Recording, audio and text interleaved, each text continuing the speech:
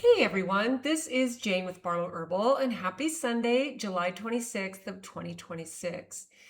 Now I'm just going to jump into my journaling because I had a very interesting, very human week this week, and I am just going to share and hope that when I'm done, I'm going to feel like posting this video. So I'm going to just spend a lot of what I'm going to talk about just reading from my journal because I did a lot of journaling this week. So at the very beginning of the week, I wrote this. I have to smile sometimes at the version of this game or matrix I chose to play. The dramas, the hurts, the complications of relationships as other players are playing their version of it too. I realize that how I respond to a person or situation says more about me than it does about them. It becomes a valuable skill to dip into that a little faster each time, like an invisible cloak or an energetic barrier or boundary. So I wrote that at the beginning of the week, and I was just kind of like, yeah, this version of the Matrix and the game I chose to come in and play makes me smile sometimes. And then I had a very vulnerable situation happen, and so I'm just going to kind of share my journaling thoughts. And if any of this lands with you or helps you, that would be my whole goal.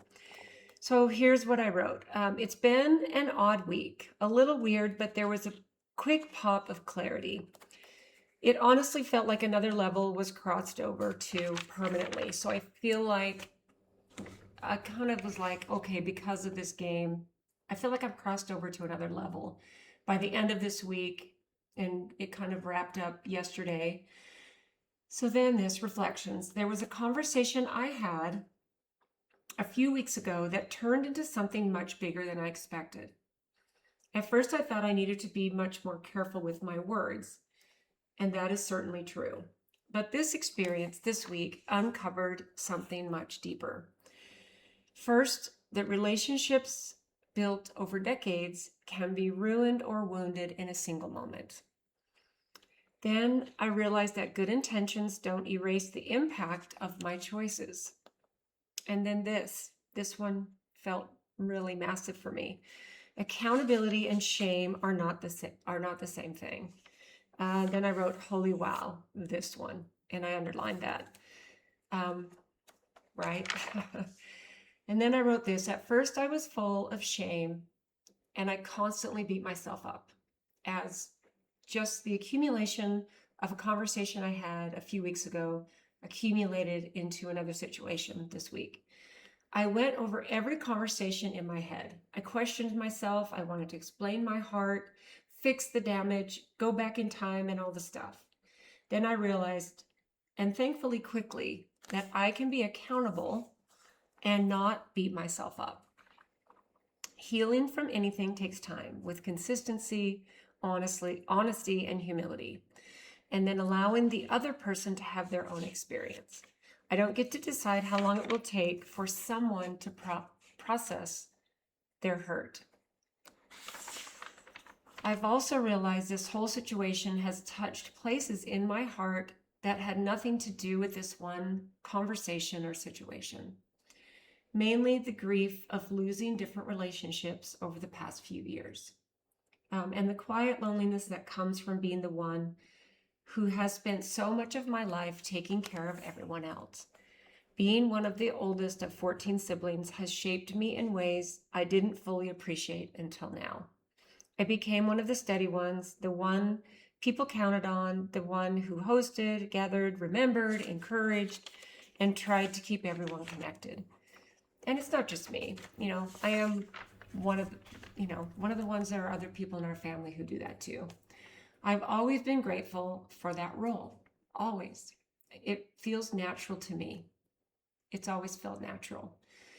Somewhere along the way, I accepted another role that I realized was never really mine. I don't think I did this consciously.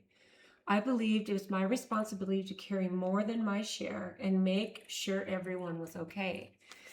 And then another surprise, and like an emotional breakthrough. I always talk about this spiritual growth, awakening, becoming more aligned with who I'm supposed to be. And I've done all the stuff: meditation, prayer, study, personal development, plant medicine, etc. But voila, one of the greatest teachers turned out to be a painful family misunderstanding situation that I brought on. Okay. It's humbling, and quite honestly, it sucks. But then this real growth isn't just learning beautiful ideas, because I think about all these beautiful ideas that I learned. Okay, so real growth isn't just learning beautiful ideas. It's this: who do I become when I make a mistake? Can I stay open when someone is disappointed in me? Can I allow myself to be accountable without being unworthy? This one dropped in pretty quick, and wow, so grateful. Can I choose love after I've been misunderstood? Can I choose integrity even when no one is watching? These questions bring me immediate peace and immediate forgiveness for myself. I've also been challenged to look at something very ordinary that mostly I don't question. And this is casual conversation. I actually just got some chills on that, because we all engage in casual conversation. Talking about other people has been a normal part of our family life. I never really stopped to ask, where does healthy sharing and gossip begin? This experience changed all that for me quickly and completely. My first challenge is this: to not withdraw or be silent. That's my first challenge, right? I want my conversations to become more intentional. I want people to know their stories are safe with me. I don't know exactly how every relationship in my family will unfold from here, and I can't control that. I can control the person I'm becoming, and that's pretty much it. It would be nice if it were sooner rather than later.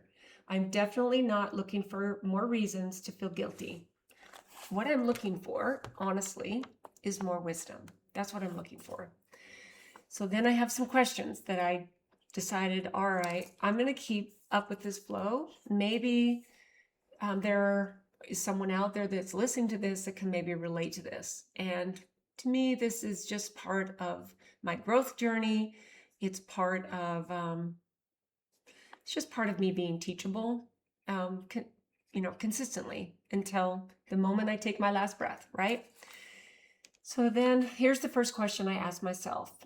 What has this experience revealed about the kind of person I want to become? And sometimes it's kind of like, oh my gosh, Jane, look at where you are. Look at the age you are. I'm feel ready just to be, I want to be there. I don't want to have all the lessons. I want the lessons to be here and done and learned, and then just to be into a steady place of peace. I want to be in that monk-like beautiful place. So I wrote this. Here's how I answer that question. I don't want to become quieter because I'm afraid. I don't want to become guarded when I make a mistake. I still want to be warm, welcoming, funny, and interested in people. But I do want to become someone who treats another person's story like it's a gift that's been entrusted to me. Just because I know something doesn't mean I need to take it into another conversation. That is the most important thing that this experience revealed for me. And then I asked myself this question: why has this hurt me so deeply? Okay. At first I thought it was because I hurt someone I love, and that is true. But I think there's more to it. Okay. This touched more than one wound.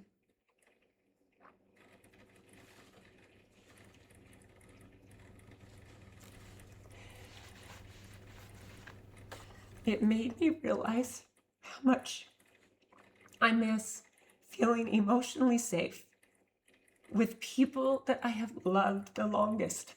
Interesting, right?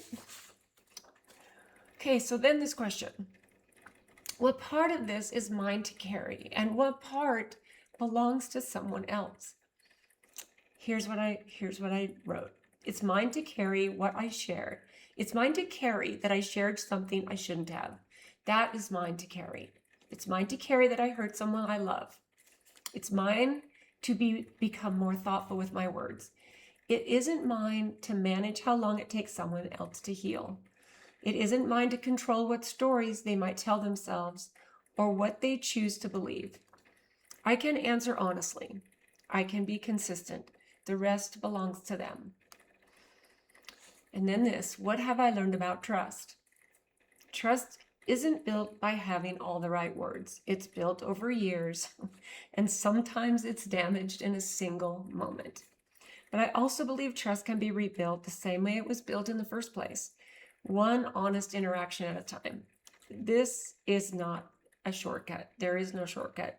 I wish there were, but there isn't, right? Then this, what role have I played in my family, and is it time for that role to change? This one, yes, I can tell you right now. This one, yes.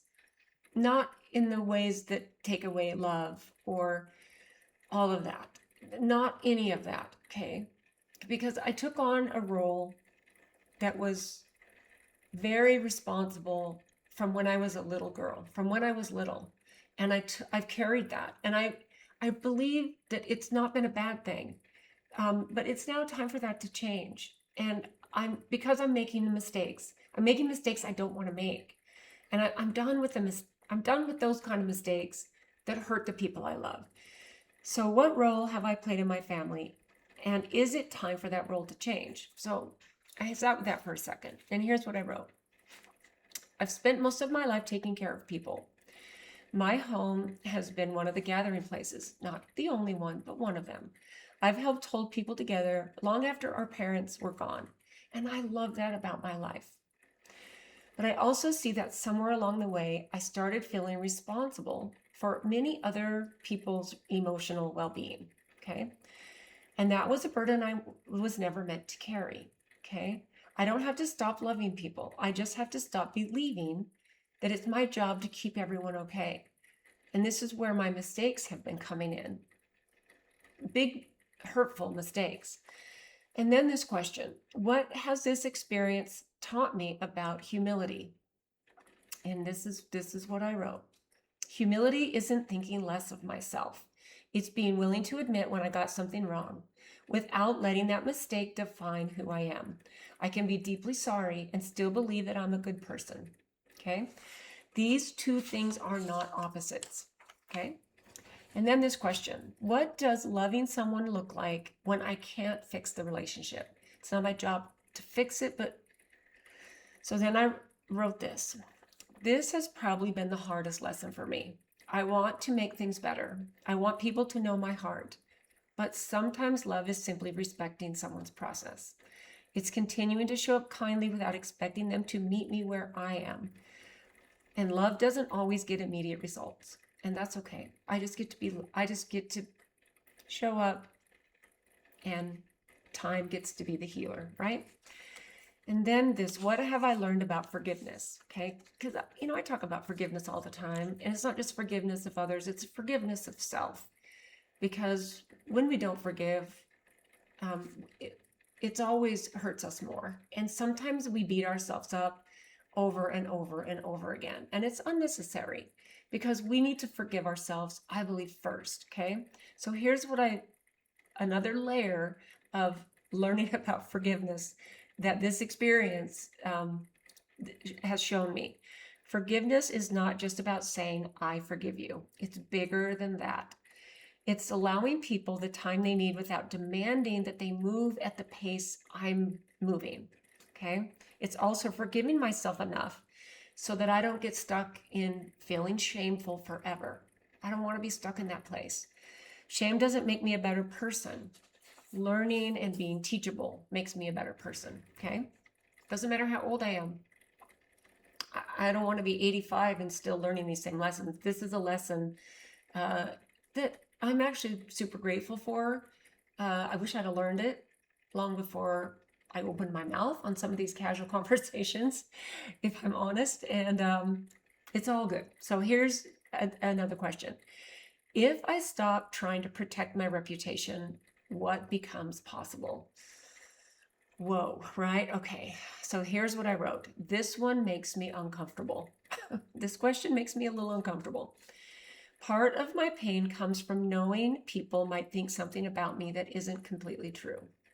But I can't spend my life trying to manage everyone's opinion of me. I can't spend my life doing that. The people who know me the best, they know my heart. The people who don't may misunderstand me for a while. I have to be okay letting my character speak over time instead of trying to explain myself into being better understood. And then this final question. What do I hope I'll remember 1 year from now? And I'm hoping maybe quicker than that.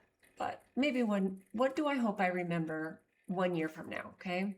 I hope I remember that this wasn't just the story of a mistake, okay? It was the story of becoming more careful with other people's hearts. That's what I want to remember. It's the story of learning that accountability and shame are not the same thing. Okay, that's an important one. It's also the story of realizing that I don't have to carry my whole family on my shoulders. And I say that, and I think other people in my family could probably say the same thing. That they are carrying. A lot of me and my siblings, especially the older group, we've lovingly carried many of our siblings, lovingly and respectfully, I think, for the most part, right? So the part that I've taken on, I realize I don't have to carry it, okay? And maybe most important, I realize it's the story of discovering that love isn't proven by fixing everything. I don't have to prove that I need to fix everything. Sometimes it's proving that I can stay quiet, I can stay present, and I can honor someone else's boundaries and trust that time can do the work that I can't. That's it. So here's how I wrap this week up with this journaling.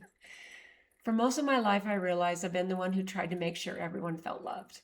That's okay. Okay. I don't want this experience to change that. I just want it to make me wiser. I want people to feel safe with me, right? I've always wanted that. And I've always wanted people to know that they're safe with me. Not because I never make mistakes, but because when I do, I own them. I want people to know I will own a mistake. I will say sorry. And in fact, what came up this week for me was, I can't remember exactly what the name is, a Hawaiian prayer that was studied quite beautifully. I'm sorry, please forgive me. Thank you, I love you. And I want it to make me wiser. I want people to feel safe with me, not because I never make mistakes, but because when I do, I own them. I want to become someone who doesn't need to know everything, repeat everything, or fix everything. I want to become someone who can love deeply without carrying responsibility for every single outcome. And then this, I can trust that God or life, however someone understands it, is doing work in other people's hearts that isn't mine to do. God is doing work in other people's hearts, the same way it's doing work in my heart. Okay? My job is much simpler than that. It's to love well, speak carefully, show up honestly, and then honestly let go. So, I felt like this was an important week of journaling. A little vulnerable, but I also, my hope is that this can touch someone in their need, in their desire to be very careful with casual conversations and know that some stories are not meant to be shared. This is a very beautiful thing for me to realize, and I'm grateful. And that's kind of it. So we just wrapped up Baralt Basket, the beautiful week of astrology that only comes around apparently once in a lifetime. maybe this was an accumulation of that, you know. I do like to look at astrology and all the things that are happening, and you know, in the mix of the whole matrix that makes me smile with what I've chosen to come down here and learn. And then I interestingly saw a little video from uh, a person that many of you might have seen if you kind of follow this kind of stuff. And it's Elizabeth April. She talked about uh, clearing karma that we have with relationships with families and how important it is. Because even though I talk a lot about I don't want to come back, this is my last time around on this planet. Um, you know, there's karma that I believe that we've kept coming in to clear with people in our life, and it's like I want to clear this, whatever it is that I'm trying to learn, which is a lot. I don't say that like I don't know what I'm trying to learn because I do know that there are things that I'm here to learn, and then I just want to land in a place of peace and a place of just love and owning what is mine. You know, I get to be responsible for what I bring to the table, how I react, how I show up, and then I don't need to be responsible for someone else and how they show up and how they respond and how they react.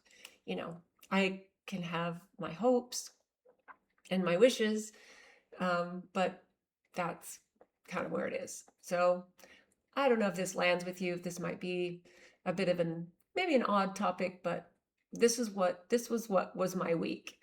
And I hope that it does some little spark in your heart, especially if you're a person who does casual gossip.